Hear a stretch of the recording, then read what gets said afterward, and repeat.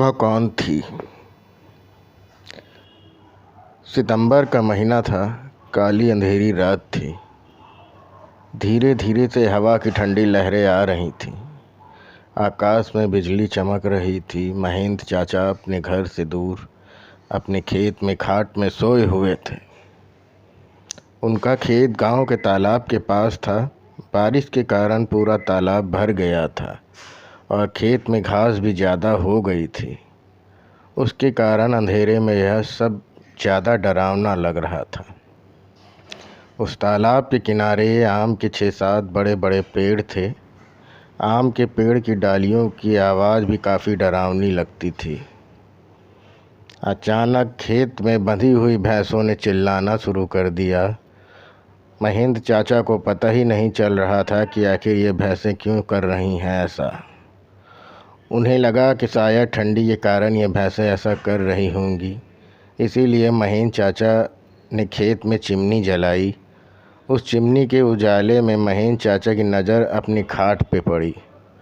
उन्होंने देखा कि एक स्त्री उनकी खाट पे बैठी है। यह देखकर उनका शरीर डर के मारे कांपने लगा। उसी वक्त आकाश में बिजली का तेज़ झटका हुआ। वैसे तो महेंद्र चाचा बहादुर थे, लेकिन आज उन्हें भी थोड़ा डर लग रहा था।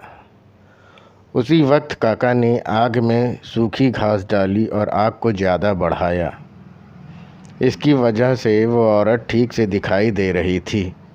महेंद्र चाचा ने तापने के साथ बैठे बैठे ये आवाज़ लगाई, कौन है? पर सामने से कोई प्रतिक्रिया नहीं मिली। इसीलिए काका अचंभित रह गए। उनकी समझ में नहीं आया कि वो क्या है।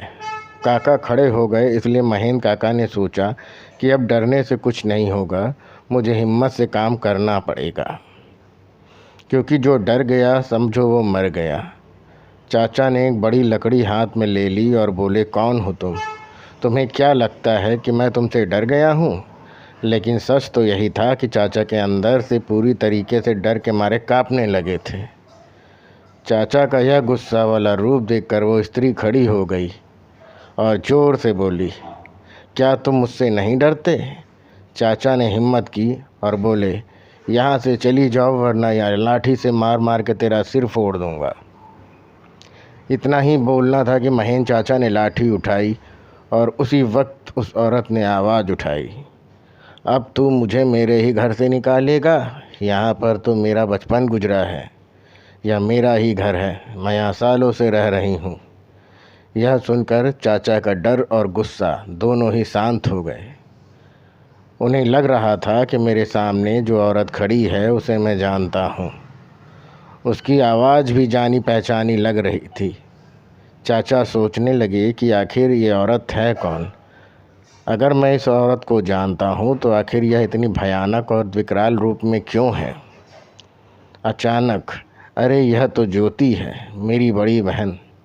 बचपन में मैं और ज्योति साथ में ही खेत में चारा काटने का काम करते थे। अब महेंद्र चाचा को पूरी बात समझ में आ गई। यह ज्योति के बचपन की बात है। जब ज्योति 14 साल की थी तब इसी खेत में गांव के कुछ बच्चों के साथ खेल रही थी। दूसरे बच्चों की तरह ज्योति भी पेड़ पर चढ़कर एक डाल से दूसरे डाल पर छलांग लगा रही थी।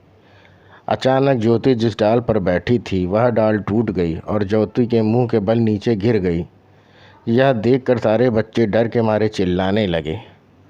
बच्चों के चिल्लाने की आवाज़ सुनकर बड़े लोग वहां पहुंचे और ज्योति को उठा के अस्पताल ले गए।